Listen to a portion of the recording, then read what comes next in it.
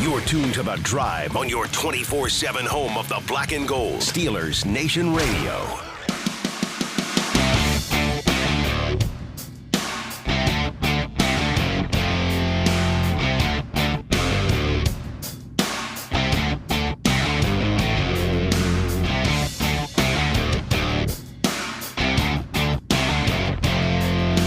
Good afternoon, Steeler Nation. It's The Drive on the Steelers Audio Network here on a Thursday. Wes Uhler and Matt Williamson with you for the next 2 hours with plenty to get into.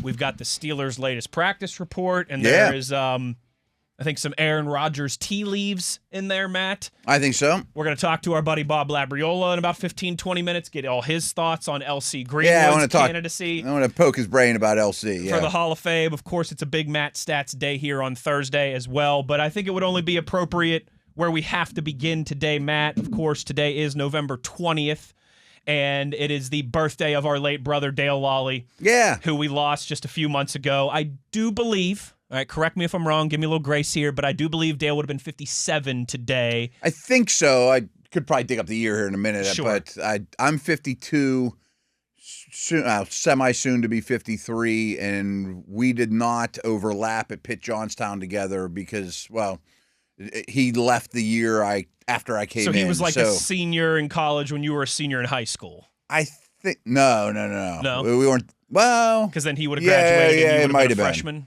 But I can't remember if it took him 4 or 5 years because he transferred from Pitt Titusville to That's UPJ. right. That's but right. We were never on campus together. We just missed. Okay. Yeah. So about 4 or 5 years apart. But so that sounds right. Today would have been Dale's birthday, and we just wanted to start and tell him happy birthday, and we miss him. And he's still with us every way here, and we miss him every single step. And to his wife Amy, to his 3 awesome kids, hopefully they're finding some comfort and smiling at some happy memories today. Yeah, I hope so too. And the Lolleys also have a GoFundMe page out there too. Glad that you mentioned I that. would urge people to go check out, please. And Dale was the breadwinner in that family, so they could use a little help as well. But no, I miss the guy. I miss my buddy. By the way, it's also Bill Hillgrove's birthday. It is also Bill Hillgrove's. Happy birthday to the legend, Bill Hillgrove. I think he's 85 today. We were contemplating if it's 84 or 85. I think it's 85. I think you are correct. I think Billy and Dale, believe it or not, had a drink or two on November 20th from time to time. Yeah, maybe just a couple. I'm sure those guys had fun out on the road a few times. Yeah, all the best to Billy Hillgrove, just an absolute legend and a guy that we've spent a lot of time working with in the past, who's about as kind of a human being and as fun as a human being as you can hope to be around. And, of course, happy heavenly birthday to our guy, Dale Lolley. Missing him every day. We were in our group chat with TV. We were sending back and forth some funny pictures from over the years. Yeah. I'm like going back in my phone and I'm looking at all the Latrobe pictures over the years and all the Indianapolis pictures over the years and just the random goofy road trip pictures and all those things. Some good memories that we hang on to tightly on days like today. 1,000%. I mean, I think that goes without saying. He's my man. Yeah, absolutely. And we miss him every single day. And happy birthday to Dale. And hopefully he's looking down and smiling and enjoying the work that we've been doing in his absence. Matt, I mentioned some tea leaves on this Steelers injury report ahead of Sunday's clash with the Chicago Bears, of course, at Soldier Field. And the one that everybody wants to know, Aaron Rodgers today, Thursday, limited in practice. Did not practice on Wednesday. Mike Tomlin said that would be the case, but he was out there today. And again, tea leaves. I'm thinking if he's out there today, he's probably going to be out there again tomorrow. I would think, and barring something unforeseen, that seems like a green light for his status on Sunday. Yeah, I don't want to get people too excited, or I don't have any inside scoop, but just kind of feel like the winds are pushing for him to play, you know?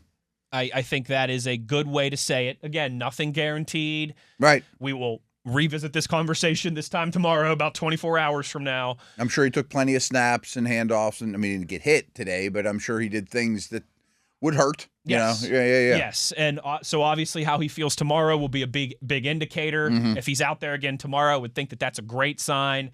but after getting a day off Wednesday, first practice he's missed all season, by the way. Credit to him in that regard. Including like veteran days off. Yes, and things right. Of that He's nature, had no vets days off, none of that stuff since the season began. Did get one, I think, rightfully earned yesterday, was limited back at practice today, so good to see, and obviously something we will keep an eye on tomorrow. And I don't think this is like a pulling back. I mean, I don't think this is like the big secret, but he had something on his hand, some sort of cast, some sort of apparatus, of course. I think people would be shocked if he didn't. Sure. And if he plays, he'll have something on his hand. His wrist, Also back to the 100%. Also back to the practice field today in a limited capacity after not practicing yesterday. Jalen Warren with that ankle injury. That's a good first step, and good to see. You don't need full participation all week from him. No. You just need him trending in the right direction. We knew he wouldn't practice Wednesday. Why would he? I mean, yeah, exactly right. And Matt, for everybody on YouTube, same church, different pew. Alex Highsmith, after not practicing yesterday, was limited today as well. I didn't see that. Okay, great. So he's trending in the right direction. So Highsmith and Warren both. Quite possible, would say, yeah. And Aaron Rodgers, they all three get a Wednesday off, I think much deserved. They all three, in a limited capacity, albeit, were back at practice today. Veterans with real injuries, they're going to get a Wednesday off. Yes. Isaac Seumalo, limited practice again today after being limited yesterday. Okay. I'd say I think that's probably one of those was part of the game plan. Yeah, type. yeah. He often gets a Veterans Day too, so he didn't even get the Veterans Day. Exactly right. Let's see here. Darius Slay, full participant once again with that concussion. Cole Holcomb, full participant once again, back from his illness. Let's see. Other than that, Keyshawn Williams, he was limited yesterday with the concussion. He was back to a full participant today. So they get a chance to be pretty much full go. It looks like about as, other than the IR guys and some of that. That seems like a reasonable expectation. Looks like all these guys trending in the right direction and some positive news here on a Thursday from practice. Good.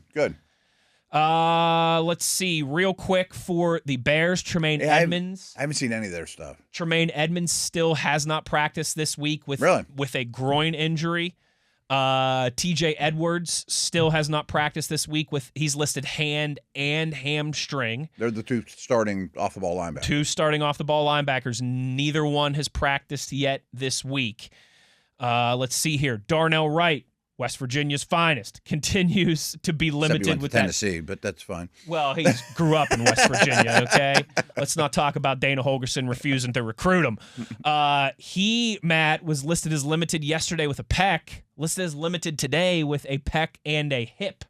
So he was my key matchup when they had the ball, was him versus Watt. I'm a big fan of Darnell Wright. We'll probably talk about him more. Top 10 pick a couple years ago. He's really coming in his own in a big way. Really coming to his own in a big way. Imagine being the head coach that didn't want to recruit that guy out of your own backyard. Couldn't imagine that.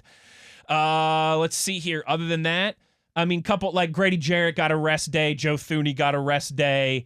Kevin Byard got a rest day. Jaquan Brisker was a full participant with a shoulder injury after not practicing yesterday. Do they mention Jermaine Johnson at all? Let's see here. Because I don't know if they have to list him because they opened his window Monday, so they don't have to list him. He was a full participant. They have him listed as a full. He was limited yesterday, full today. Okay. So he's a very, very good corner. So they could be getting him back for this game. We shall see. Ooh, something to keep an eye on there. Absolutely. He's a big money guy, and Yeah, and he was limited yesterday, full today. So maybe he will be the window activated. Opens, Maybe that's something we'll keep an eye on with we have to. Yeah. With Friday's practice report as well. Get a lot of Metcalf. Yeah. Plenty of Matt stats to get to as we roll along here in the first hour, but we're going to catch up with our buddy Bob Labriola on the other side. All of that and more as we roll along, but let's get Labs' thoughts on LC Greenwood and his Hall of Fame candidacy when we return. It's The Drive on Steelers Nation Radio on the Steelers Audio Network.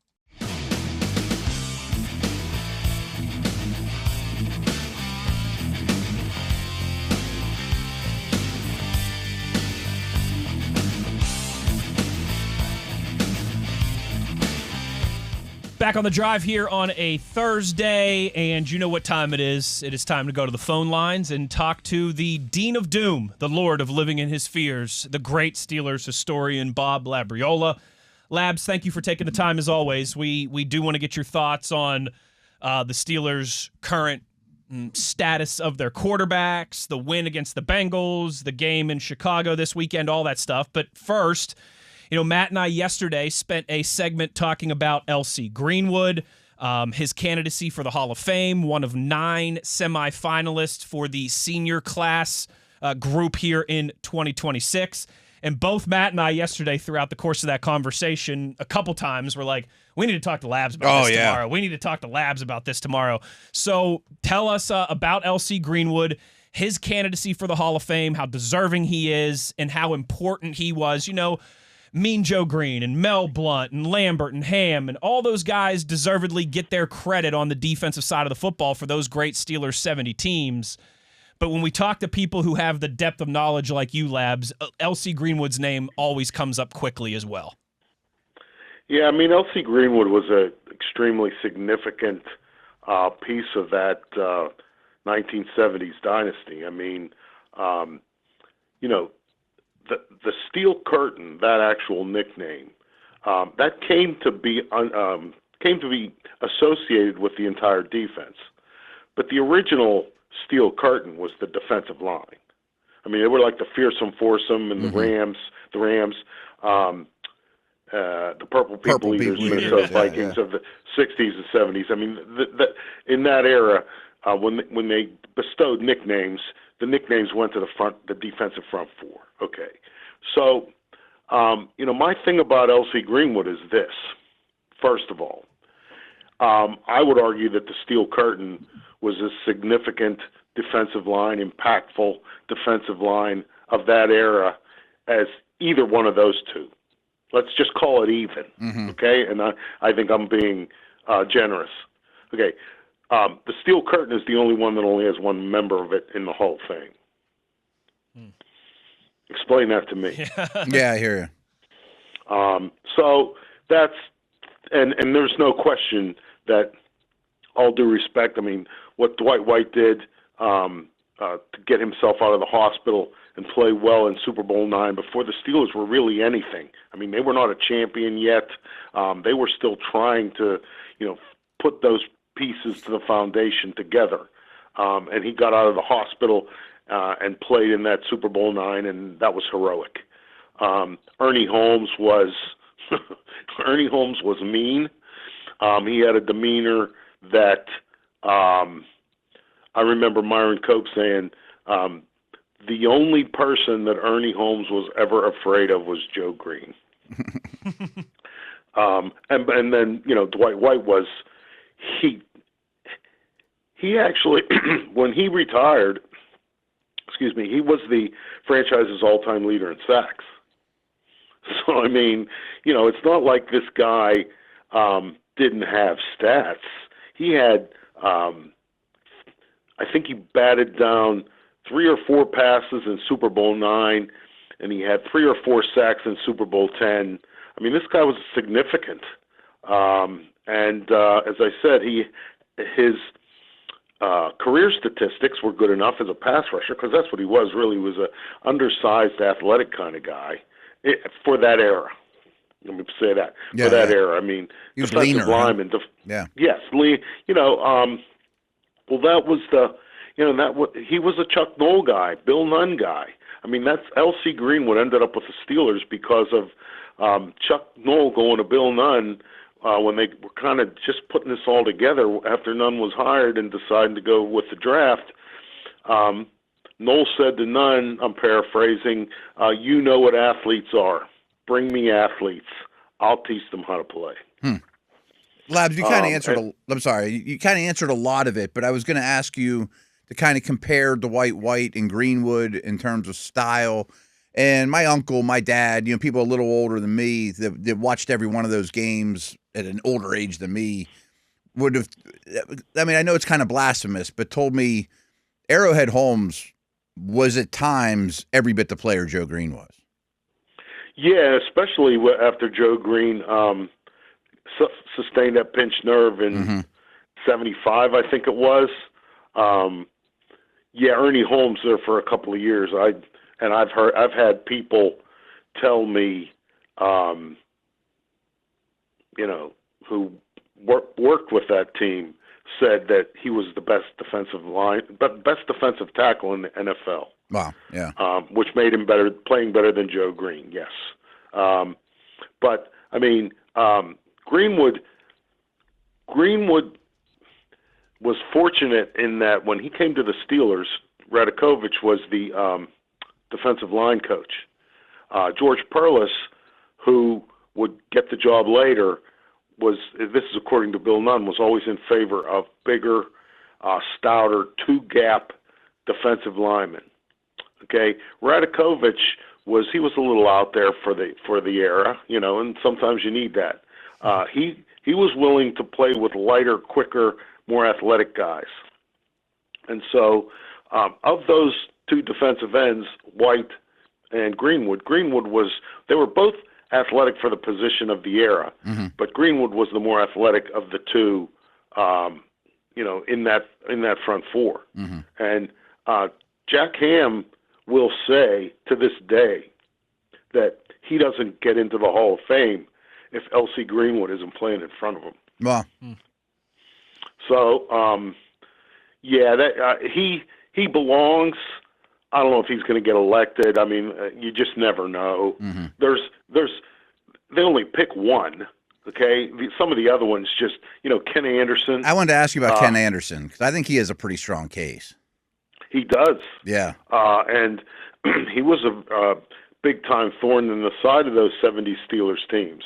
I mean, he didn't win many games against them, but I don't know. I'm remembering one where he was 22 of 24 passing or something, some ridiculous. And that was back in the day when Glenn Edwards could clothesline you on the sideline, right. And that was barely a penalty. So, yeah, Ken Anderson was a tough guy. He was. I think he belongs too. Roger Craig's another guy. Those are the three we highlighted. Among the semifinalists. Yeah. So it's a tough Otis Taylor for AFL people. So it's I believe L.C. Greenwood belongs. It's unfortunate, in my opinion, that only one of these guys gets to go in. And we'll see what happens. Fingers crossed. Labs, one of the things I can still hear, Tunch and Wolf in the back of my head lamenting that, they used to say it about Donnie Shell, he should be in until he finally deservedly got elected a few years ago. L.C. Greenwood being another one of these guys. And the only reason those guys aren't in is because they've got Steelers fatigue in the Hall of Fame. There's been so much black and gold, and particularly off those defenses. Like, do you think that's a real thing that kind of works against L.C. Greenwood, that everybody looks around and they go, there's 5 guys off that defense, 6 guys off that defense in the Hall of Fame already. Can they really have another? Yeah, yes, I think that's real because, the people who vote for this are, human beings.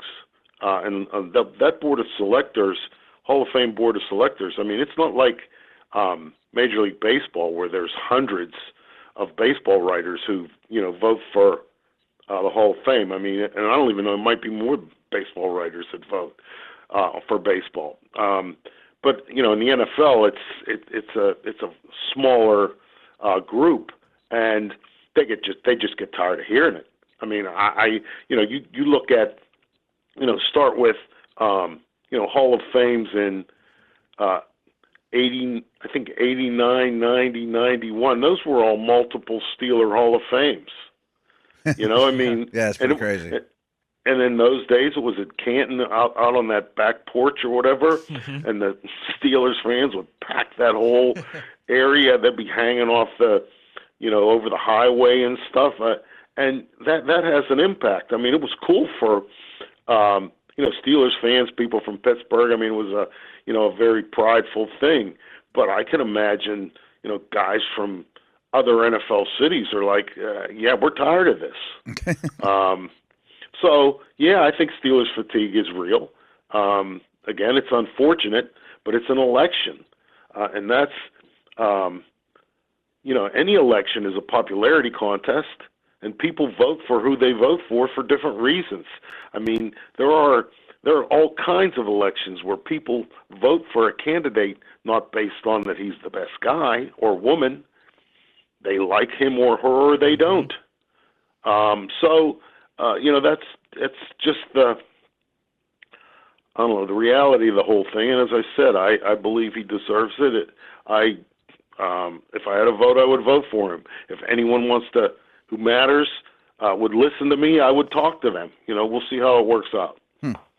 Well, hopefully it does all work out for him. Would be deserving for Elsie Greenwood, for his family, posthumously, to have him inducted into the Hall of Fame, another great member of those Steelers 70s teams.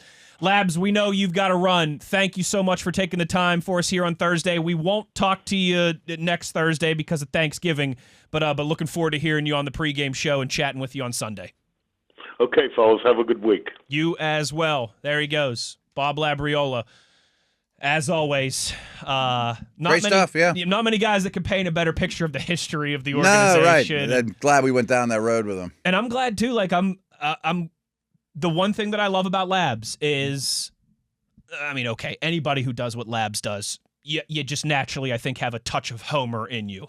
Oh, no doubt. But he was very very forthright, very upfront. Like, hey, Ken Anderson, Roger He beat me Craig. to Kenny Anderson. That's on my list to ask him about. He's a division foe. And then Craig was the one, if we narrowed it down to 3, it was Anderson, Craig, LC. And LC. Yeah, right. Yeah, and I hope those are the 3 that it ends up getting narrowed down to, which we'll find out another week all or of two whom I'd here. be fine with. I totally get the case for it. And I did love that from Labs of kind of, not just saying, no, it's got to be LC and anything else is a farce, because we know it is. These are very, very tough decisions. You're talking about like the 1% of the 1%ers here in terms of the NFL Hall of Fame and splitting hairs. All those other candidates were great football players, obviously. They're, in their markets right now, they're talking on the radio about how they deserve, in Kansas City and in San Francisco. Absolutely.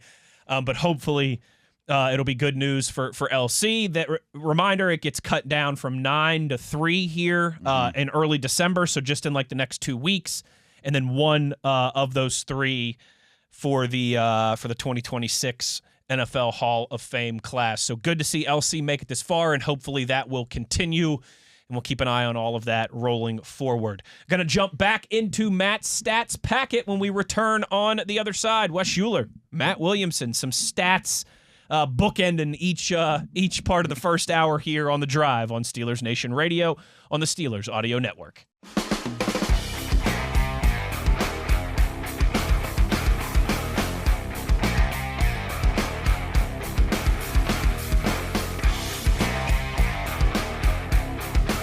Back on The Drive here, and let's close down the first hour by finally getting into some of these Matt's stats. Matthew, Alrighty. Of course, a weekly exercise here on The Drive. This packet ended up being a little beefier than usual. Little Chicago beef? Chicago beef. Like the beef. The beef. The beef. One of my favorite shows. I think it's outstanding. Yeah. I think you and I have had this conversation. I think it might be the best show right now. I think it might be my favorite. Yeah. On television. Have you seen him in the Springsteen thing yet? Not yet. I was thinking the wife and I might go this weekend. Yeah, I assumed you would have been there by now. Oh, I think I've only been to one movie post-COVID in the theaters, right. And it was Oppenheimer, because I was like, I gotta see this. And when that A-bomb's going off, I want to feel it in my chair. I'm not a big moviegoer either. For my teenage years and in my 20s, I was a huge moviegoer. But the last 5-6 years, and you also got young kids. I got young kids. Right. I can wait. Yeah, it's not that long to wait. Especially now, yeah. But I'm doing a show with Pursuit tonight. I'm going to ask him if I'm sure he's gone. Rob King has seen it. Has he? Who else on the plane was I talking to? Maybe Richie Walsh, KDKA's Richie Walsh. I think he might have been the other one. So yeah, I would like to see it. Certainly, I'm not a huge movie guy. There's that new Leo movie that I want to. That looks good too. That I want to watch as well. All that stuff I can wait 9 out of 10 times. I can always wait. One battle after another. Does look good. That new Leo movie looks awesome. But yeah, I'm patient now. I don't need to see it. I am too. Right. Like I used to, man, there was a movie theater by where I grew up, $5 movie Mondays. Like me and my buddies were there every Monday. But yes, it is stats packets time. Yeah, it's digging. How did we get to you asked me about the Springsteen movie, we were movies, beef something and about the bear, the beef and the bear. That's right. Yeah, that's what I'm trying to do in Chicago this weekend. Exactly. You might as well. Matt, let's jump into it here. Steelers, Bears. It's a beefy stats packet. That's how we roundabout way of getting there. And this one is very interesting to me. Pittsburgh's 2.3 yards after contact per rush attempt is 7th highest in the NFL. Yeah. But just 1.4 yards before contact per rush attempt is 6th lowest. So then implies the blocking's bad and the runners are good. And maybe that's the short end of it. But I also, watching, especially the last 5 games, I don't think the run blocking's bad, though. You know what I mean? Warren's one of the best after contact runners in the league, frankly. You know what I mean? That probably shouldn't shock people. Now, what hurts his stats a little is he won't bounce off a tackler and take it 60 to inflate one, but he consistently gets yardage after contact, consistently. Sure. So I think that's not misleading because we have a pretty big body of work, but I think it leans a little, the bad parts I think lean more towards the beginning of the season, just running in the back of your lineman, not having holes, that kind of thing. I think there is a kind of clear point there where it started to get better for the Steelers. Run. It might have started in Dublin with Kenneth Gainwell and that 99-yard rushing performance, and then out of the bye week, you really build on that in that blowout win at home against the Browns. What game was it recently? Was it Packers, Colts? But one of the recent games, I remember it was one of our Tuesday Rewind things that we discussed was, I think Jaylen Warren had like 60-some yards rushing. It wasn't putrid, but it wasn't massive. It wasn't the varsity number that we were looking for either. And I remember telling you, like, you go back and you watch, and it's bizarre because it's not like the offensive line is getting pushed back. They're playing much better, but there's still too much contact. Is part of it maybe the Steelers not stretching the field as much? Things are closer to the line of scrimmage, so even if the linemen are safeties are keying downhill, linebackers are keying downhill. Somewhat, but there's always extra attention to Metcalf's side. The Steelers do face a lot of too high safeties. So it's not like it's this massive loaded box that just is unblockable either. Frankly, I think they just need to run the ball more, and starting with this week. But I've said that for a couple weeks in a row. I'd like to see more volume. I would too, and it's, again, this is another one of those where the numbers don't necessarily match the eye test. You know this. I do the halftime reports on the Steelers broadcasts. So things are a little crazy in the first half. I'm doing my engineering job. Yeah, trying to watch a game. Trying to watch the game and take notes on my laptop as the game goes along because, you and I got to do a show 24 hours, 24 hours later. So when I sit down at halftime to do the show, I've got like 2 minutes of, Tom in my ear, like 2 minutes here, 90 seconds here.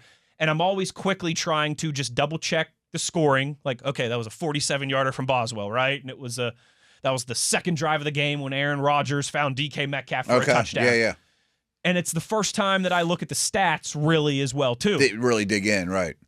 And it seems like I have the box score up while I'm watching at home, and it seems like the last couple weeks I've immediately thought, man, they're not running the ball enough. They're not giving Jaylen Warren enough carries. But then I look at the box score, and it's like, oh, he's got 8 carries in the first half. I'd like it to be 10. Yeah. That's not terrible. It's not hideous, right? But it doesn't necessarily always. It's not total neglect. It doesn't always seem like that, and I think is part of that maybe because it doesn't seem like they're just building off it and one after another. It hasn't been an early drop. I think it's been more so late into the first quarter, into the second quarter, as opposed to bang, here's a heavy dose of 30 right out of the gate, right on the opening drive. Yeah, I feel that way too. I don't have the numbers to back it up. That's a total vibes and eye test thing. Right. I think that's accurate. I do. You want the good news? Sure. The Chicago Bears allow 2.65 yards per contact per rush. Yeah. The worst in the National Football League. Right. What was that, before contact or after for them? Before contact. Yeah, I was going to say, they're not super stout up front. I mean, they have some athletes. They have some guys with good length. They have some decent pass rushers. Dexter, I like, Sweat, etc. Their linebackers hit well, both of whom are on the injury report, but they're not big power, stout, banging at the line of scrimmage guys, which is a huge reason why I think this week, but I've said this for a couple weeks, I'd really like to see a more dedication to the run game because much like the Chargers, the run defense is problematic for them. I mean, the Bengals, everything's yes, it is. And the Bears are not much better. They're better. No, right. They're closer to the Bengals than the Chargers. Honestly, though, the thing that saves the Bengals from the thing that saves the Bears from having the Bengals type reputation is their defense takes the ball away at a crazy high level. It's massive, yeah. They surrender yards, they surrender points, just like Cincinnati, but they take the ball. They've got the most, at a ridiculous most level, takeaways in the league, right? And a lot, yeah, they are. I mean, them and the Steelers are the best too. Yes, really. I 1 mean, and 2. So part of me thinks this game. I don't have a great vibe for this game in terms of predictions yet, and part of me just thinks it's as simple as who's better in turnover ratio. But that's kind of an arbitrary thing, especially with two teams that are so good at it. It's different if it's like Steelers at the top of the league, Team X at the bottom of the league. You got a better chance to win that, that important category. But I will say I think the Steelers' offense, and the numbers don't 100% reflect it, value the football better than Chicago's offense. Williams is a pretty big risk taker. And they're ball carriers. I wouldn't trust them as much as the Steelers to secure the ball as much. Obviously, that's a Tomlin thing forever, ball security, and they stress it here a ton. Not that the Bears don't.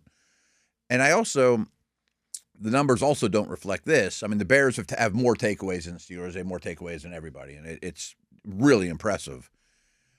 But I also think the takeaways, if you ask me, what's the first component to being a good takeaway defense? Okay. The first might be luck, but that aside, sacks, pass rush. Yeah, that's where I was going to start with. Pass yeah, rush. I want pass rushers to force the quarterback to get it out of his hands.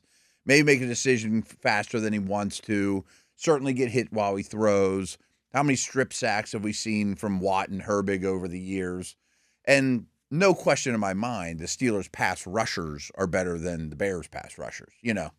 I don't think many people would argue that one. I mean, that's pretty cut and dry. I tell you what, though, when you just look at it on paper, it's impressive. Steelers have 8 takeaways this season. That's 4th in the league. Yeah. Tampa Bay has 9, just 1 ahead of them for 3rd. Rams have 10, just 2 ahead of them for 2nd. Bears have 16. I know. They've got double. The Steelers are in 4th. The Bears are in 1st. They have double the amount of the Steelers' takeaways. Right, and they have 10 games, 4 or 5 guys takeaways. that have 4 interceptions. That's impressive. Yeah. And again, as you mentioned, pass rush being a big part of it, Steelers are 3rd in the league in sacks. So 4th. One of the things you and I talked about preseason, by the way, we want the Steelers to be top 3 in sacks, top 3 in turnovers. 3rd in sacks, there. 3rd in sacks right now, 4th in turnovers. Yeah, right? Oh, you're in the neighborhood. It's great. Right there. They're 2nd in quarterback hits. 2nd in QB hits. The Bears, however, Matt, their pass rush is okay. It's not great. It's okay, but it is. I know it's mediocre. I'm gonna have to do about the math here, but it's about 20th in the league. Yeah. 6, 7, 8, 9. The stuff 10, in the 11. middle, it's I don't exactly usually, 20th. Is it okay? There we go.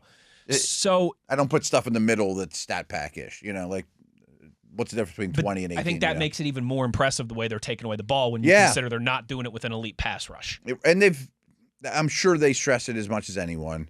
But I'm not going to say that they're fluky or lucky and the Steelers are good. They're both really good at it. That's not what I mean.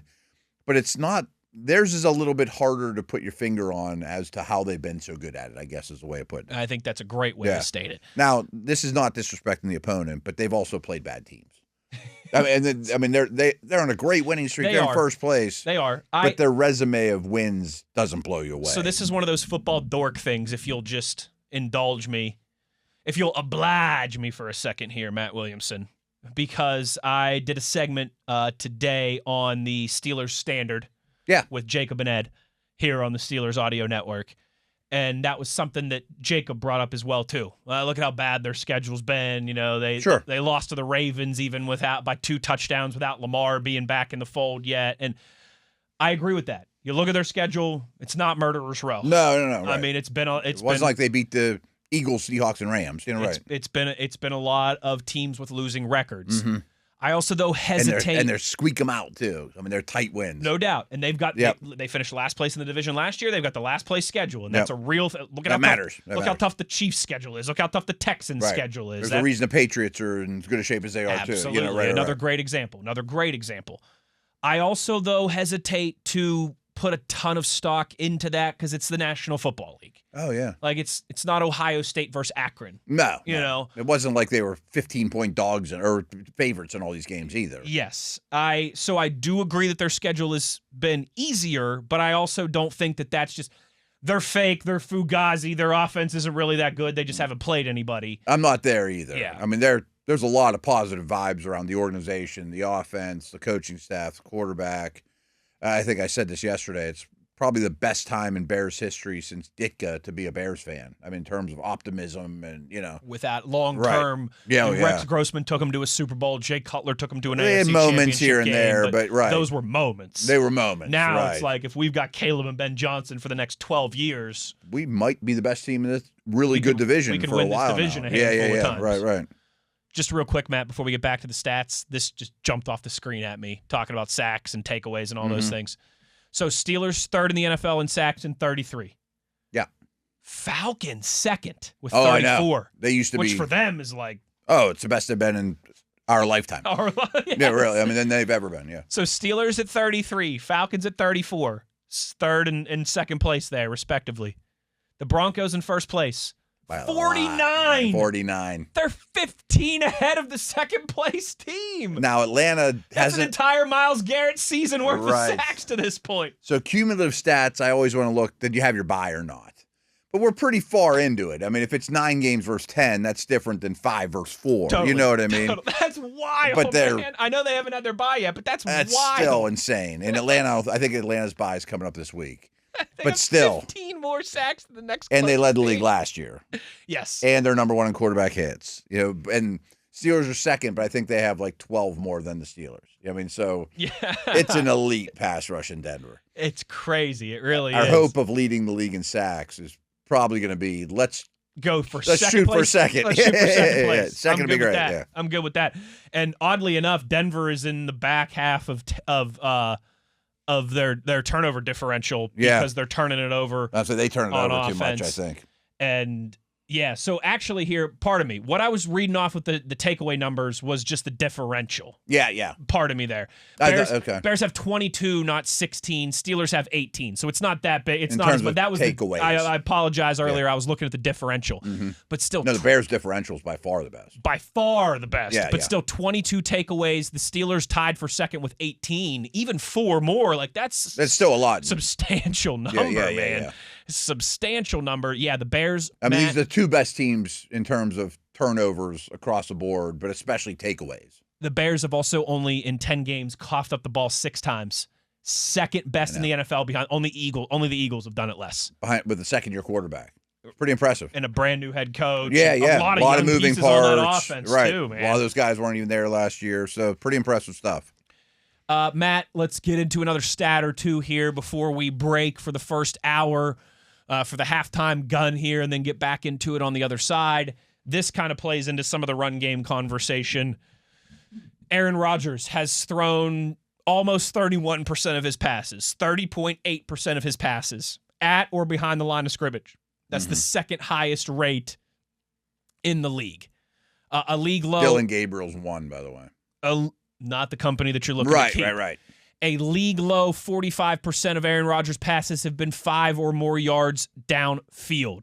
League average 55.1%, so about 10% less than the league average. Noticeably.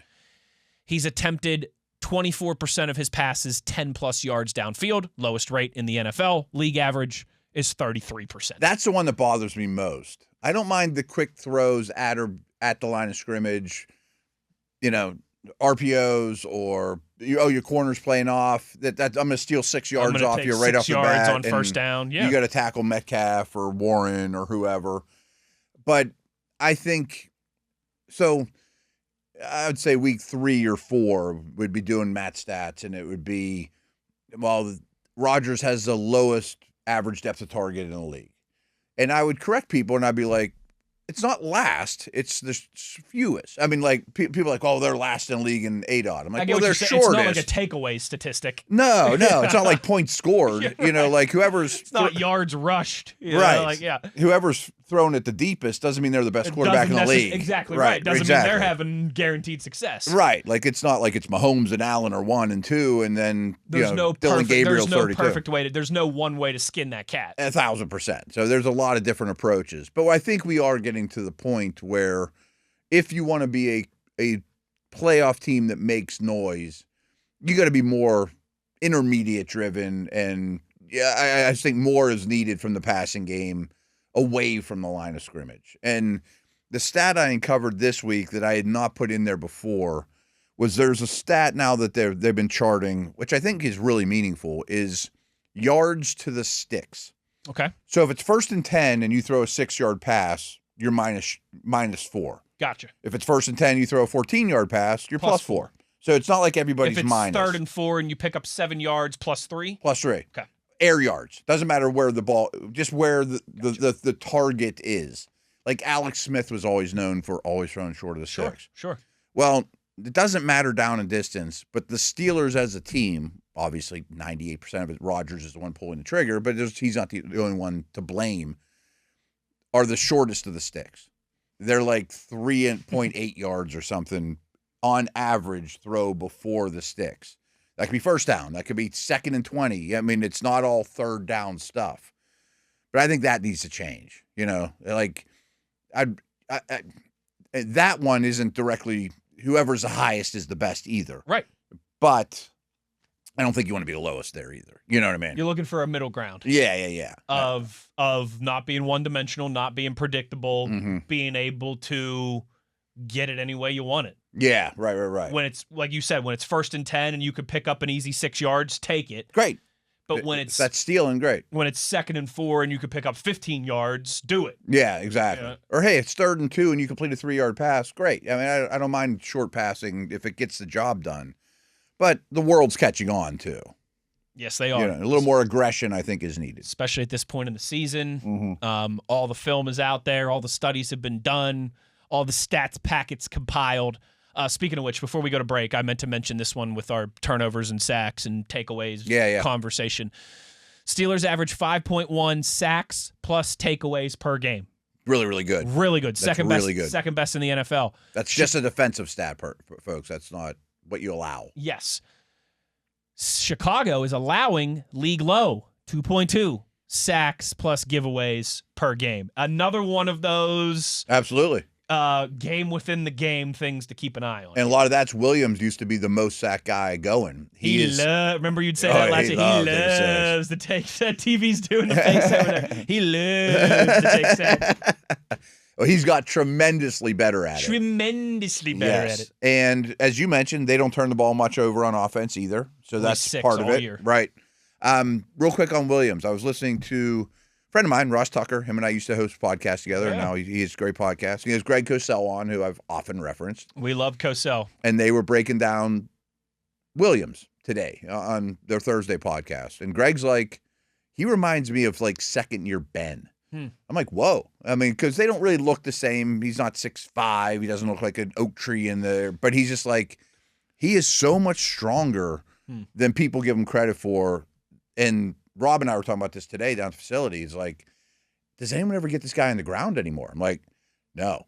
That's the thing. And he's so fast. He's twitchy. Yeah. He accelerates quick. His top speed is really fast. Elusive. Like, he used to take so many sacks, I think because he's so talented. He's like, I'm better than anybody out here. Nobody's getting me on the ground. I can make plays. And now he's like, well, I am. Maybe I'm still better than some of these dudes. I was first pick in the draft, but I know my limitations. But he's really, really hard to get on the ground. Like maybe the best in the league in terms of avoiding, hardest to get on the ground behind the line of scrimmage.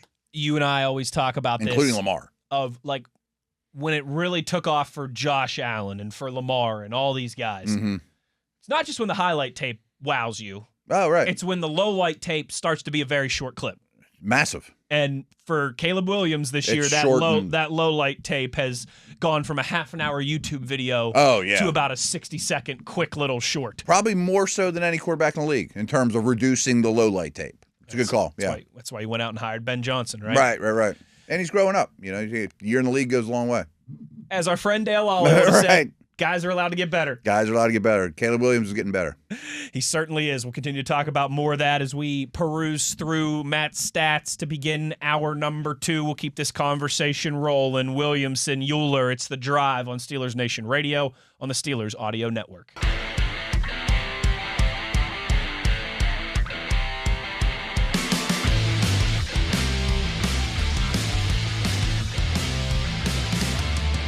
Good evening, Steeler Nation. How we doing? Well, that's good. Us too. Hour number 2. Wes Uhler, Matt Williamson. You know the drill. It's The Drive here on Steelers Nation Radio on the Steelers Audio Network. And we will get to some tweets before we get up out of here today, Matt. I always do a bad on Thursdays. I mean to plug that at the beginning of the show, and I always forget. But Twitter Thursday. We had a lot going on today, and wanted to talk to Labs about LC Greenwood. Yeah, wanted it was to good make stuff. sure to give a big birthday shout out to our guy Dale. But we will get to some tweets before we get up out of here. So if you want to lob those in like a grenade, Bring them on. you are welcome to. At Williamson NFL, at Wesley Uhler, as always, is where you can get involved. Matt, some more stats to go through here. I want to talk about the Steelers' defense with you a little bit. Okay. And you and I, a couple times this week, and I think even towards the tail end of last week's shows, like Thursday and Friday of last week's shows when we were preparing and previewing for Cincinnati, used terminology along the lines of Steelers defense is getting better. They're rounding into the unit we thought that they should be. And there was some pushback from that in our Twitter mentions, in the YouTube comments of like, hey, did you guys watch the Rams game? I mean, come on. And I think we did a good job of laying out that eventually the dam broke in that game. Chargers game you're talking about. Yeah. Sorry, you said Rams. LA, Other LA team, pardon me. I didn't think that was a bad defensive performance. I didn't either. Right. I think eventually the dam broke and there were some holes that were, and the Chargers that's a time possession made some big error, plays. Yeah. But of the last 12 quarters of football that the Steelers defense have played, I think 10 or 11 of them have been very good. Very strong. I mean, not only just big plays and splash, but the run defense numbers and eye test have been 1,000 times better. Teams have actually started to abandon the run against Steelers a little bit, that end of Chargers game aside, because they were losing the time possession battle so bad. And they've been good offenses. I mean, that's the Bengals, that's Herbert. The Colts are the best offense probably in the league, so they weren't weak tests either. So I also think the eyeball test and the moving safeties around and Benton playing better and Harmon being a quality player for you. Pierre playing better. I say some of the depth guys. Duger doing a great job. Yeah. I mean, a lot of the depth guys. Duggar, dude. Even like a Sawyer, I mean, has been a quality contributor. Yeah, those type of guys that are not called on to do a ton, but they've gotten better as well. So I like where the Steelers defense is at. I still have questions about the offense, but I like where the Steelers defense is at. And I love it when, this is my favorite way to use stats and analytics, when the numbers kind of back up the eye test. Yeah. That's the thing with the packet I put together. It's like, I think you really get a feel. It doesn't always play out that way, but if you read it all the way through, you're like, oh, they're good at these things, they're bad at these things. I can see kind of getting ahead of coaches and game planners of them. Well, we're going to try to attack them this way, that sort of thing. And again, it's not predictive. I can't tell you the future, but it paints a pretty good picture. And this stat that you have procured, I think, paints the picture. From weeks 1 through 8, so that would have been through the Packers game, correct? With a bye in there.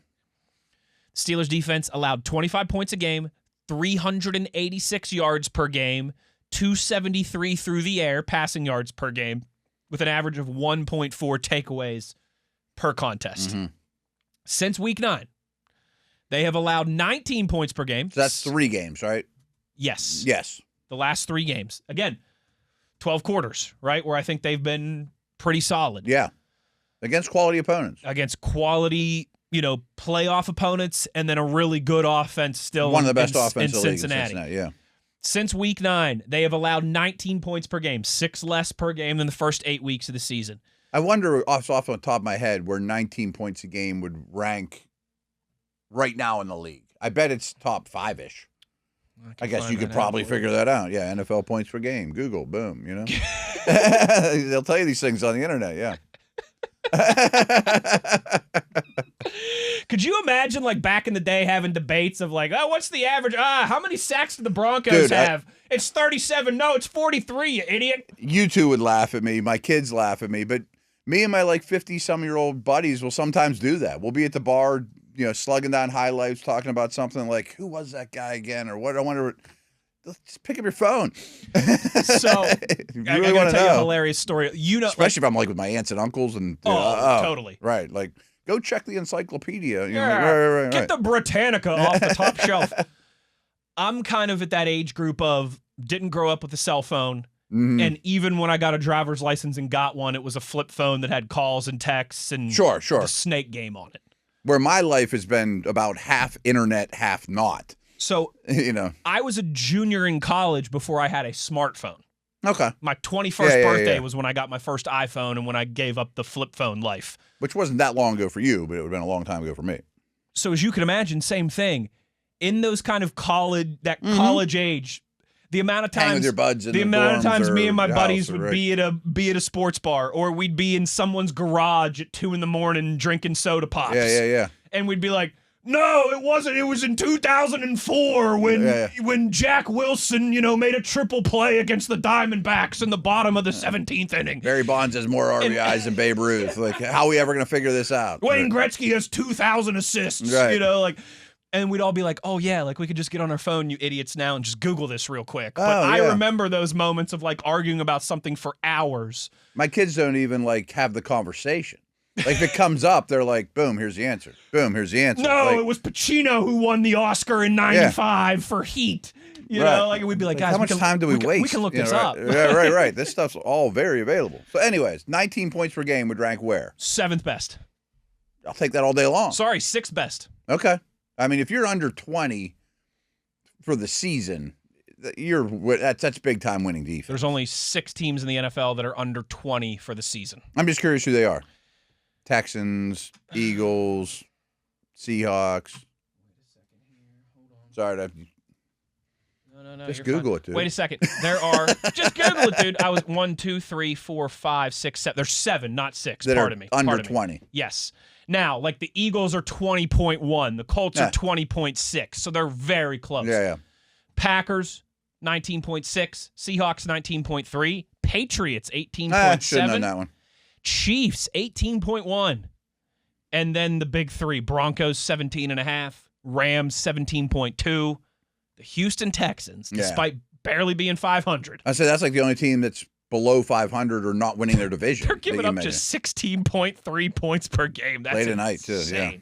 That is just absolutely insane. So anyway, I know it's only 3 games, but you're allowing 19 points over 3 games against 3 good offenses. This is also, too. And that's also when they moved Ramsey to safety and, right. Within reason, I don't care how good the defense was week 4. That's true, This is when I want them rounded. Right. Within reason. I don't want them to be a disaster in week 4 and it costs you games, which ends up costing you a playoff spot. Every game matters. Right. But how well are you playing right now? Is it 1985, George Orwell? All animals are created equal, but some are created more equal than others. Every football game matters, but some matter more. The ones in November and December matter more than the ones in September. That's why coaches watch the last 4 games, not Steelers-Jets. And if so you only have X amount of time, You and I laid this out a million times in September.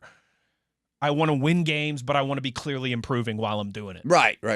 And I think this is proof in the pudding. And not to mention, place. as much as we follow this specific team, we were pretty shocked with the bad results, considering who the players were early in the season. Yes. Frankly, if I would trust wherever the lowest point of the offense was this year, maybe that's even the Charger game. I don't know. Probably was the Charger game. Yeah, and wherever the lowest point of the defense was somewhere early. Seattle? Possibly. I mean, it's definitely in the first couple weeks. Or it's that Thursday night in Cincinnati. Oh, yeah. That's probably it. Yeah. But wherever their low point is, I would definitely trust the defense to turn it around more than the offense. Totally. No doubt. I mean, I'd say there's better players over. Matt, do you know they're the highest paid defense in the NFL? $180 million a year. Since week 9, 19 points per game. Yeah. That's down an average of 6, a touchdown a game. 6 points a game. 326 yards per game. That's down 50 yards a game. 234 passing. That's down 40 yards a game through the air. The pass defense has gotten noticeably better. And you're averaging 1.3 more takeaways per game. That's a ton. That's a ton. Yeah. And that's even with having none against the Chargers. Right. So this has been a 3-game sample. If we could start from that line of demarcation 3 games ago and finish the season maybe 10% worse than that. You got some tough games coming up. You got the Bills. You got the Ravens. Some good offenses. You got some good offenses. Mm-hmm. No question. And this one they're playing is a good offense.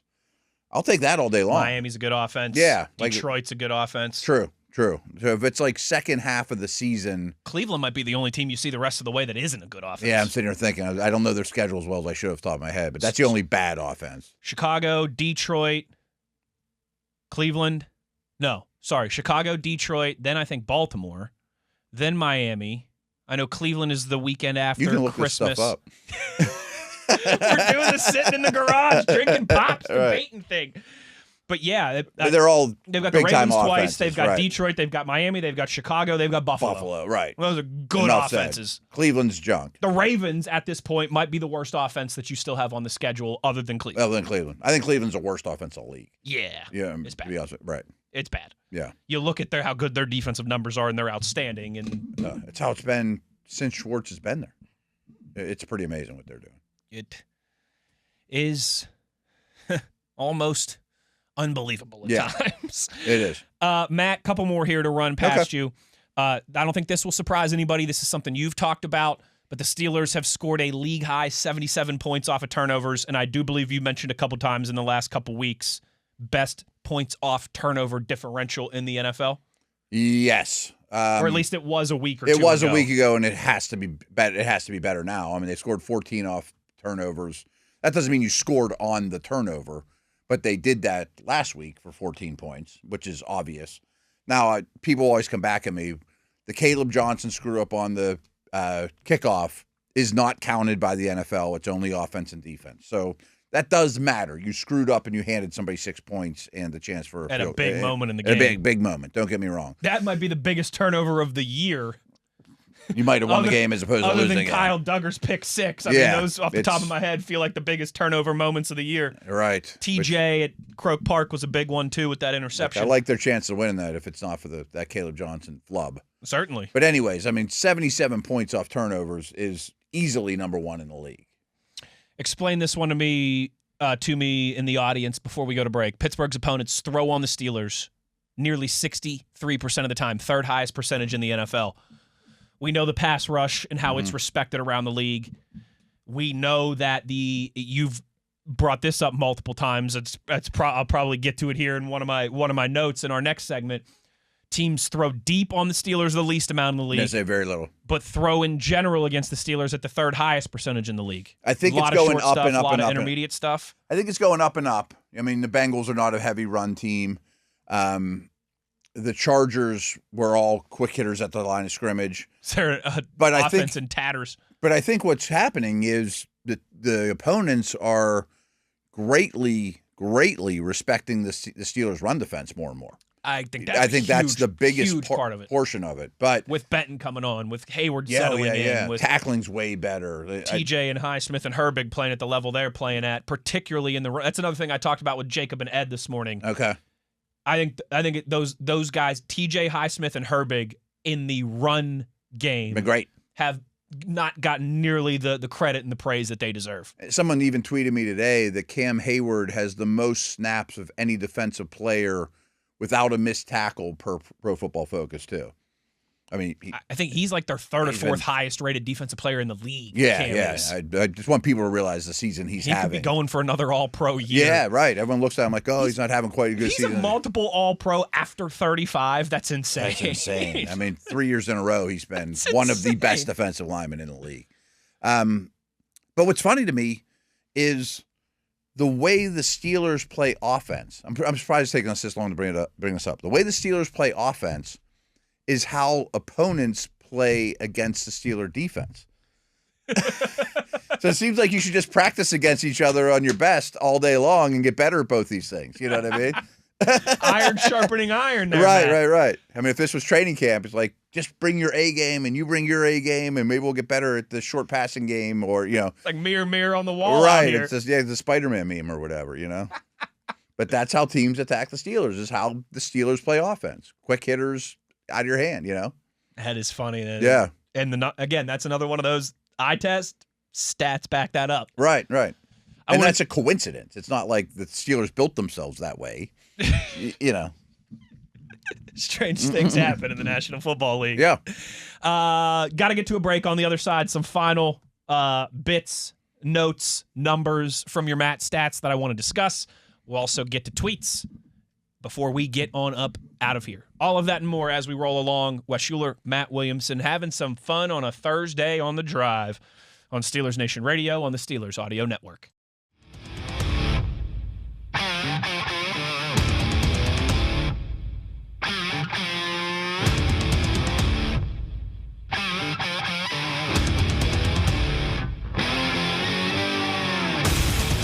All right, Matt, few more numbers, few more stats to run by you before we get to the tweets. Although, yeah, that sounds funny. Like to run by you when you're the one who came up with these numbers in the first place. I didn't create them, but I typed them and hit the next bullet point and compiled them. I think you'll be proud of me. All right. But they're not new to me either. I mean, I've seen them before. I've started to bite a little bit of your game, okay? On the WVU show that I do. Oh, good. So, Arthur Moatsism, success leaves clues, right? Okay. I still spent a good amount of time around you over the last 7 or 8 years before we started doing a show together every day. But especially now that we've started doing a show together every day, again, maybe something rubs off here and there. Your success is leaving clues, maybe via osmosis or just paying attention or whatever.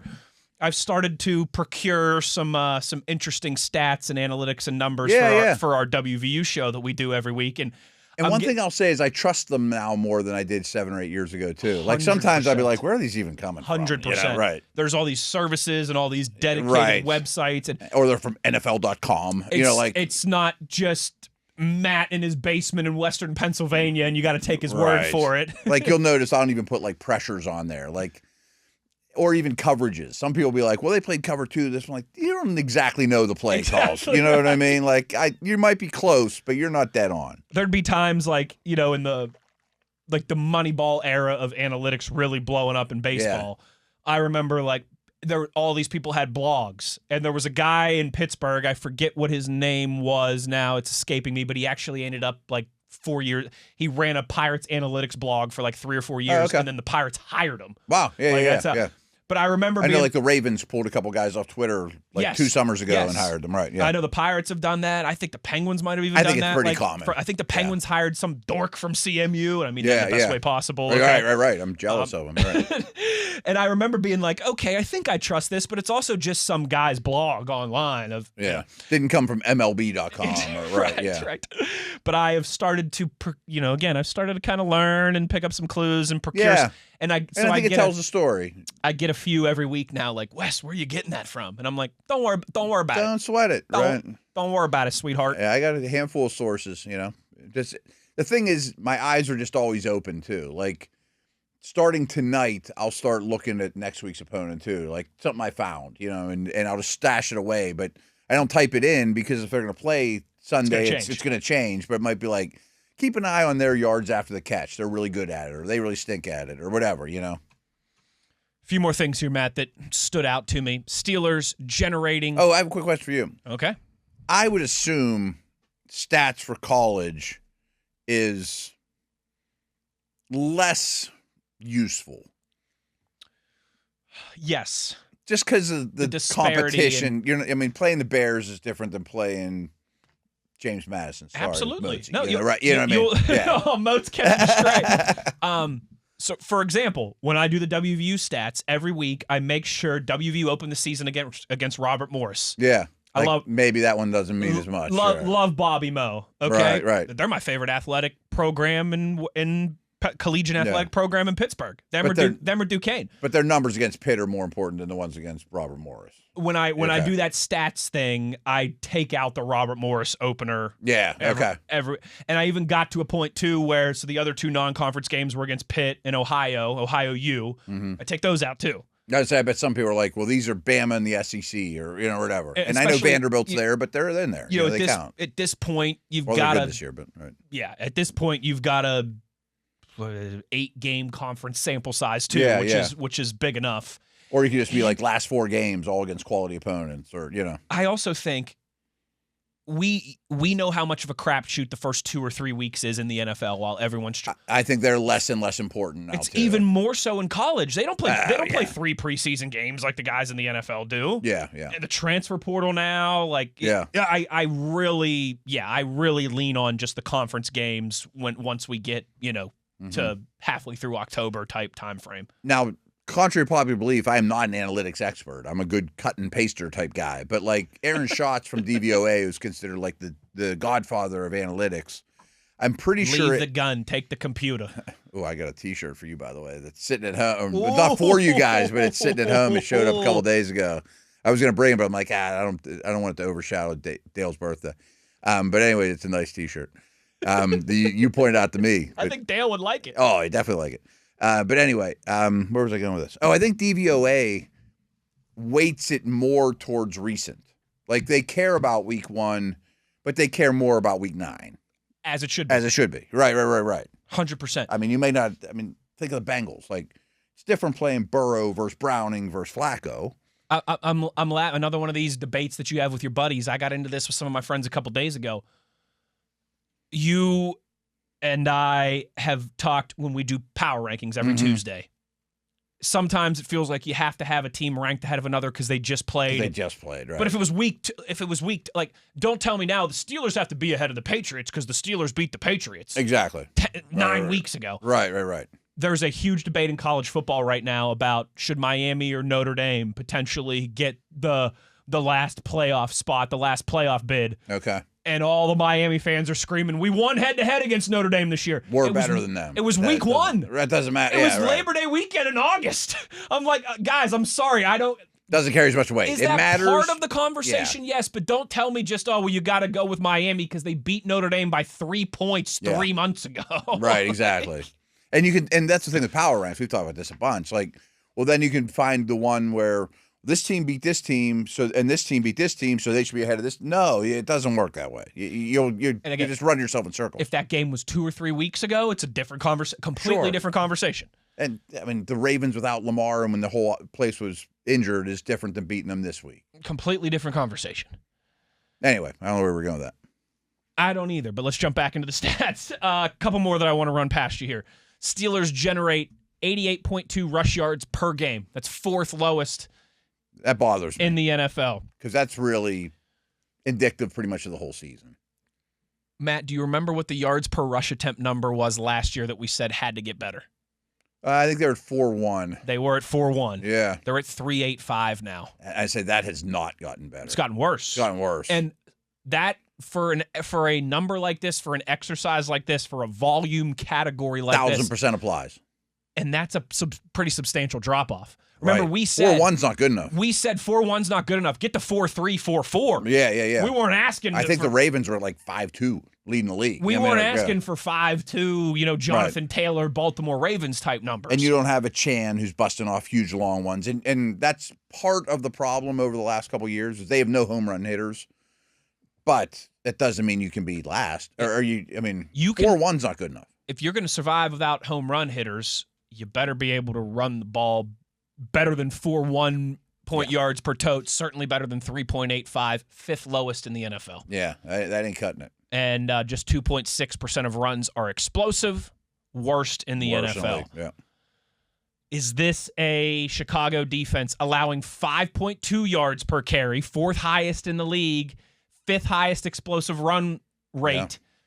Yeah. Health status, we know, TBD. He was limited today in practice for those who missed it with Jalen Warren and his ankle. But man, I feel like you got to the defense is coming along, improving, doing what we expected them to do. Mm-hmm.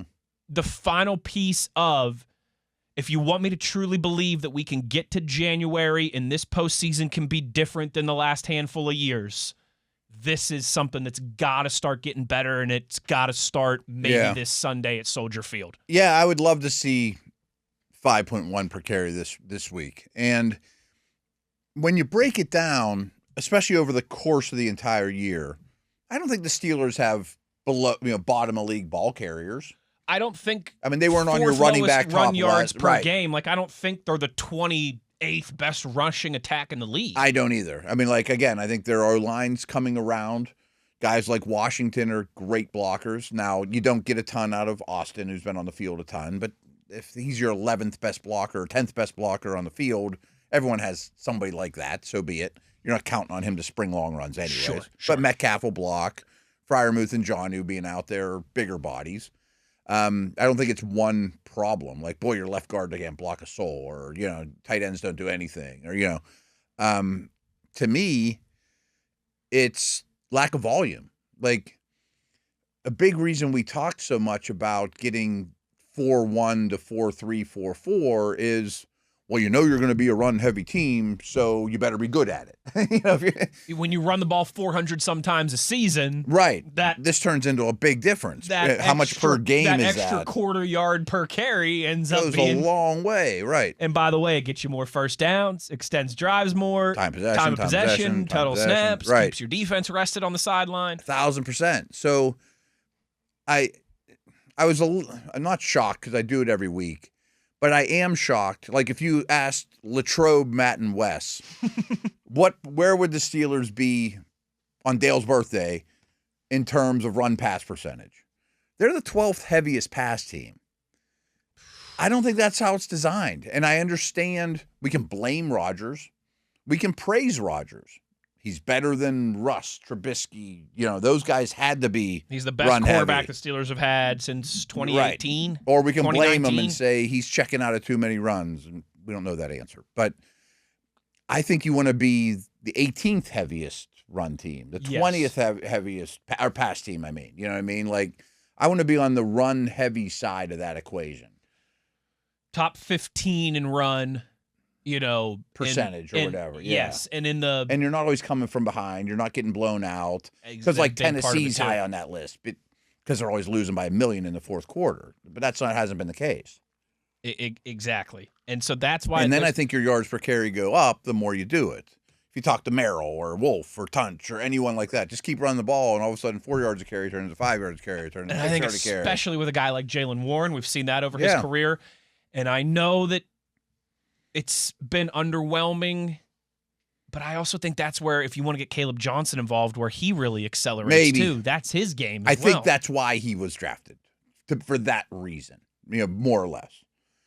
Now, it's hard to say, Caleb, go run out in the field, because right now I don't trust you nearly as much as the other two players, but that's the void. And I'm not blaming him. He's not the reason that the Steelers are 3-8 or whatever, but he's not helping the cause either. Right. Clearly. Yes. Right. Last one. Kenneth Gainwell only behind Christian McCaffrey and Devon Achane in targets per route run. So when he's out there, they're throwing him the ball. Yeah, there's two running back receiving stats that I think are really interesting. It's that one. So when he's on the field and running routes, he gets the ball. Now, defenses know that too, but so be it. He's not out there a ton. He's out there on third downs, but he gets the ball.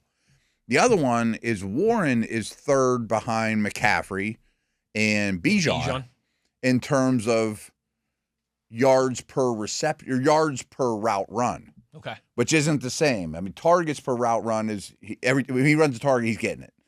So there's a lot of times Warren's out there not necessarily getting the ball, but he makes the most of it. Like, that's my favorite wide receiver stat. You love that stat. Yards for wide per route receivers. run. Yeah, perception, exactly. Baby. But Warren's phenomenal at it, and he's always at the top of the league in yards per route run amongst running backs.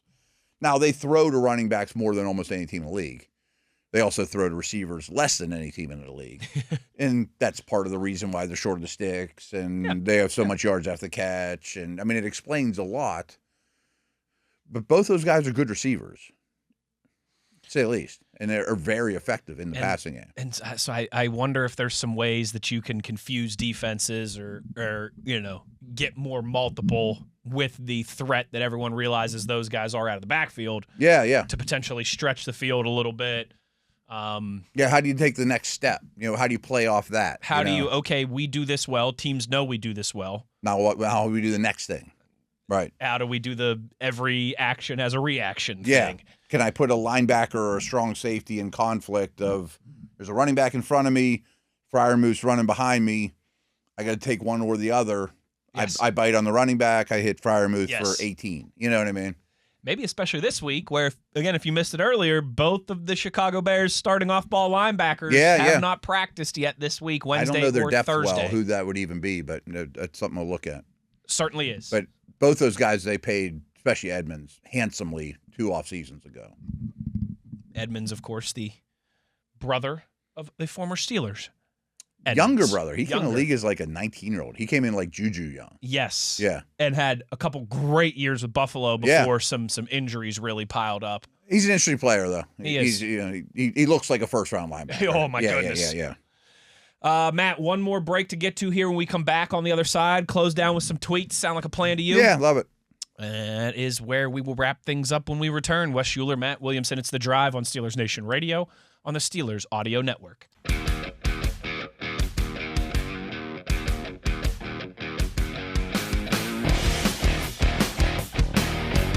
Final segment here on a Thursday evening. And Matt, let's get to some tweets before we get up out of here. All right. Andre tweets us and says, love the show, guys. Question, are we maybe victims of the moment with Pierre? He's been great, but feels like we're writing off Slay. I think there's 2 parts to that. Okay. We might be victims of the moment on Pierre, and I was really worried about that going into Cincinnati. I'm like, oh, Jamar Chase is going to turn you into a pumpkin. It's been nice, James. You're playing well, but it's a small sample size. It's like asking me to cover Michael Jordan. Right, like Higgins and Chase. This probably won't go well. But he was great. He was great. And maybe it is a hot hand thing. Maybe you are victims of the moment, short, small amount of time. But I think you ride it. I mean, if he falls apart on you, so be it. But I think Slay is unfortunately the opposite. I kind of feel like we know who he is at this point. An aging player, much more zone than man, not super physical, not super fast, athletic anymore. I think Pierre's the better player today and might be the better player the rest of the season. And I fully understand, well, I half understand, saying in the press conference, Slay's the starter. It's easy to say, and I'm sure he will take the first snap of the game, and if they announce the defensive starters, he'll be one of them. And I'm cool with giving that person that respect. And remember the point Adamski made on Tuesday, though, was that they did that with Calvin Austin. He got introduced as the starter, but Roman Wilson had 3 times as many snaps. Exactly. And Slay deserves more respect for his body of work in this league than Pierre, Austin, or Wilson. Been a first-team All-Pro. He's a Super Bowl champion. And you got a locker room to deal with, so this is how we treat guys that way. But let's talk about snap counts on Monday. I'm not even implying how they'll go, but I think that'll be more telling. Absolutely. Right. And do they come out throwing again? Are they going to target Slay right off the bat? Probably. They'll probably target either one of them right off the bat. Matt, you know how we did the exercise yesterday where I did Side note, I don't think Samuel gets activated this week. Because he'd be your 4th corner, and he's not a special teamer, so you could just kind of hang on that. I'm with you on that. We did the exercise yesterday, best of the West, best running backs in the NFL, right on November 19th, Wednesday, November 19th. If you were doing a exercise of power rank the best Steelers defenders today, Thursday, November 20th, Pierre would be the 3rd defensive back on that list. You have Ramsey and Porter as your, you'd probably start with Cam and TJ and him Herbig. or Doug. Well, Eccles is good. He is, but I think the last couple games, I think Pierre, I'm talking right now. I know, I see what you're saying. Like that would sound crazy a month ago, but you're only as. That's a tough call for me. Duggar versus Eccles versus Pierre, and I mean that as a compliment to Pierre because absolutely. I would not have thought him and Eccles were even maybe the I'm same. Just guilty of living in the moment more with those I don't know. things. I mean, because I think all 3 are playing really well. Duggar's been a success, to say the least. You'll laugh. I still hear. I mean, you know this. I think most of the audience does now, but it is a newer-ish show that I've only been a full-time co-host of for a few months here. Yeah. My dad was a violinist in the Pittsburgh Symphony, just retired a couple years ago. One thing he used to always drill it when I was growing up playing guitar and piano and even sports is like, you're only as good as your last performance. And as soon as you stop feeling that is when things could typically go downhill. And so maybe that's just, I like, there's times that I'm thinking like driving home, like, man, Matt and I did a kick butt show today. Yeah. But then I hear my dad, you're only as good as your last performance. Like, hey, you better repeat it tomorrow or else what's it worth? You know? I'm not picking on Aaron Rodgers, but he's the best example I can remember in like Steelers' last 10 years. People thought that guy walked on water 2 weeks ago. He has one bad game against the Chargers. Like, hey, scare Rudolph out here. Right. Leading Santa's sleigh into December. Will Howard's turn. You know, that guy's old. You know, like, come on, man. Steel Curtain tweets us and says, just one time I would like to see us use Jonnu as a number 2 wide receiver. He can do it. He did it in Miami. Spread him out. Use Austin and Wilson in the slot. Your thoughts? Yeah. I don't have a strong take on that, but it's funny. I've had that conversation with several unnamed Steelers analysts, reporters, that kind of thought that was going to be more in the mix with like Metcalf and Jonnu outside as just true wide receivers and Wilson, a smaller guy in the slot. I don't know what to think of Jonnu Smith. I mean, as a whole. He's very tough to evaluate. Yeah, he really is. Now, in terms of wide receivers lining up outside the numbers, he's sluggish, but he's also huge. But he could also be a matchup problem against a 5'10" corner. Right. Like, do I want him running out routes against Stingley? No, of course not. But it's something to consider.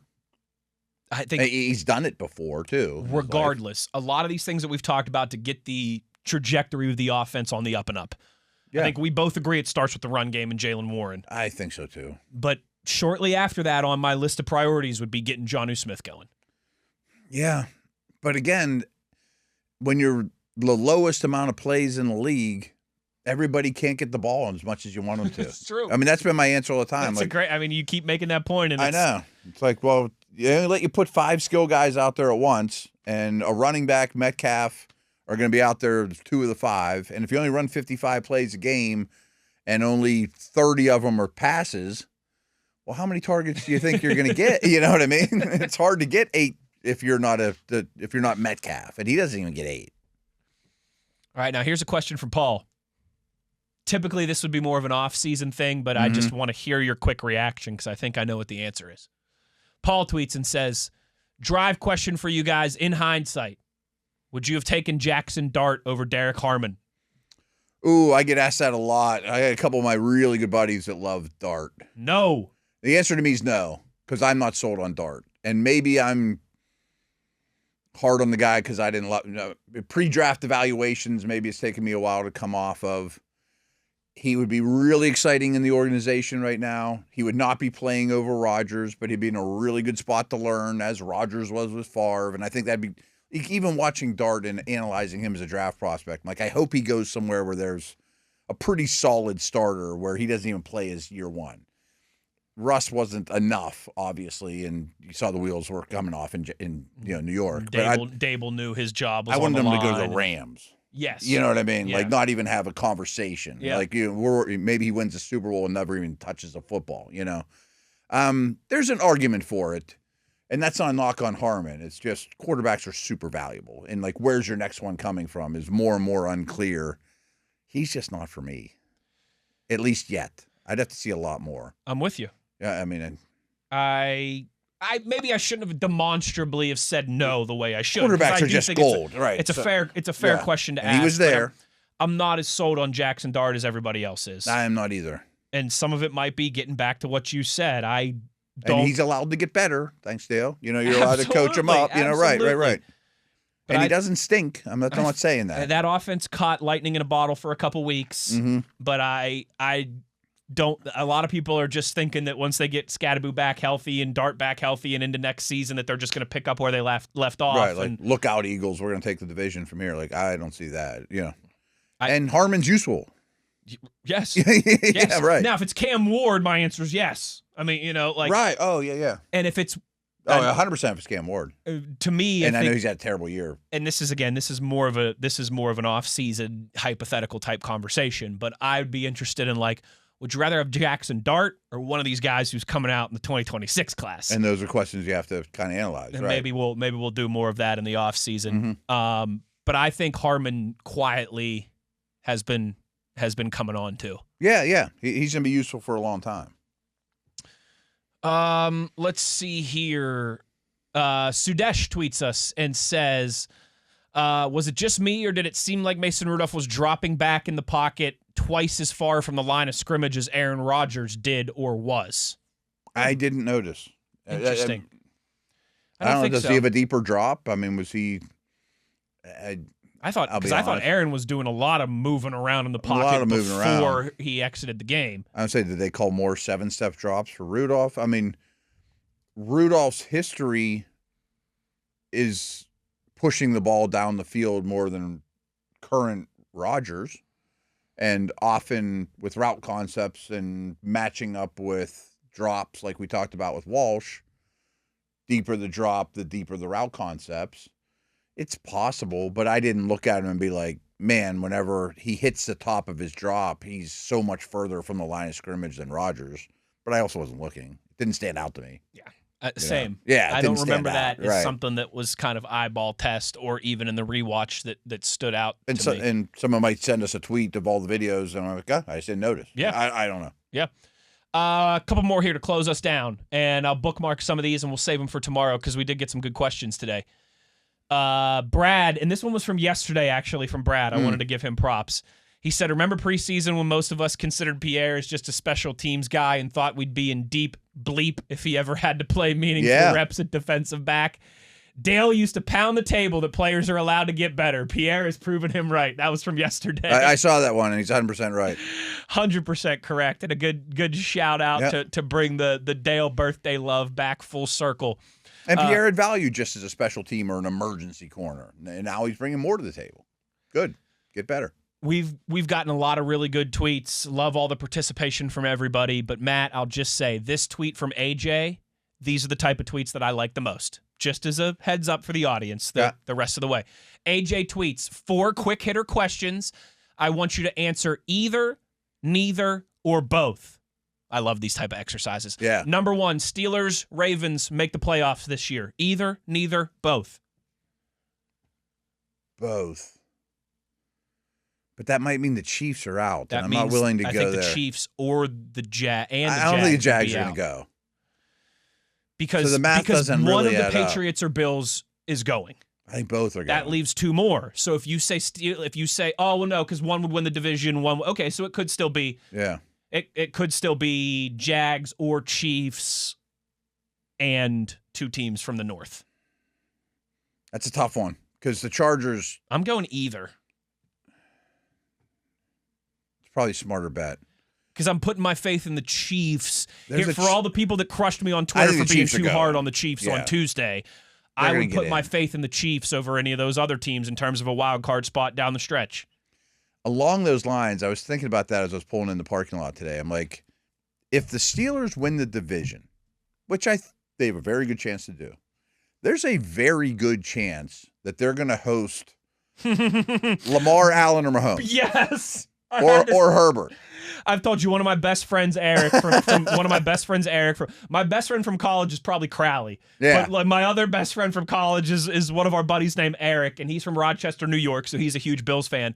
And I literally said this to him on the phone Monday or Tuesday. We were talking when I was in the car, and I was like, dude, it's just going to be such the Steelers' luck that they'll win the division this year. Home game. But here comes Josh Allen in the Bills. Yeah, not Mahomes. Houston or the Chargers or the Jags. Broncos or the Jags. Right. Here comes Josh Allen, perhaps on the short list of best playoff quarterbacks of the 21st century. I mean, I think Allen and Mahomes are going to be on the road in round 1. Whew. Lamar has a really good chance to be on the road, but he could win the division. One of them's probably coming here or to the division champ. Going either. Yeah, right, I feel like for Baltimore and for Pittsburgh, you're winning the division and hosting a playoff game, or you're sitting at home in wild card weekend. To me, this weekend. comes back to Chargers-Steelers. Losing to the Chargers, I would like to say the Chargers season, especially after watching that Jags game, is ready to go down the toilet and we can get rid of them. But they have a lot of wins. and they beat the Steelers head-to-head. Yes, that's a good point, too. Yeah. So if it comes down to they're both 10-7 and who gets the wild card. Right. Muth, Highsmith on the team in 2026. Either, neither, or both. TBD. Yeah. That's a good off-season conversation. I don't think it'll be neither. I don't think it'll be neither. I think they really like both players more than our listeners might realize. But I also think Herbig's getting a contract. Mm-hmm. I'm going to go either if I have to pick one. I agree. I definitely don't think it'll be neither. I don't either. I'd be very surprised if that were the case. Steelers, Bears, over 100 yards rushing this week. Either, neither, or both. Either. Probably the Steelers. Steelers better. Yeah. And when you combine, like the Bears, I know that they average. If you combine Caleb Williams' total in there, I know that's kind of what threw me off. I think the Steelers do a good job against this good running game. I'm gonna go just the Steelers. Me too. I'm gonna go either, and I'm gonna go the Steelers. Last one.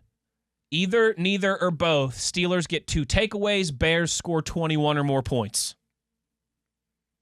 Both. Although, that's not crazy. For whatever reason, I do feel like this is going to be a weird, 17-14. I have I got to make a prediction tonight on the game, and I am not ready to. And usually I am fine by Wednesday. Good tweet there from AJ, though.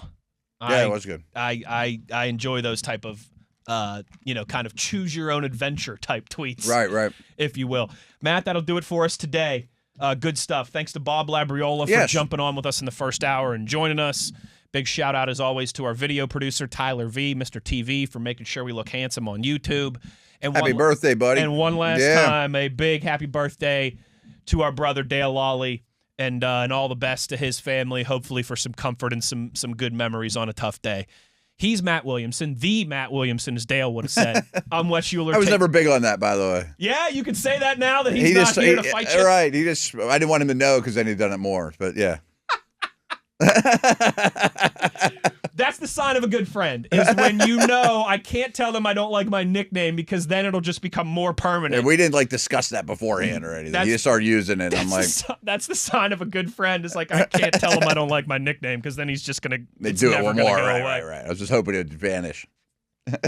Only today, Matt. You're the Matt. Every November 20th, you're the Matt That'll Williamson. work. I can handle that. I'm Wes Uhler. Take care, everybody. We'll talk to you tomorrow as we preview and predict Steelers versus Bears on a Friday. Take care. We'll talk to you then. It's been The Drive on Steelers Nation Radio on the Steelers Audio Network.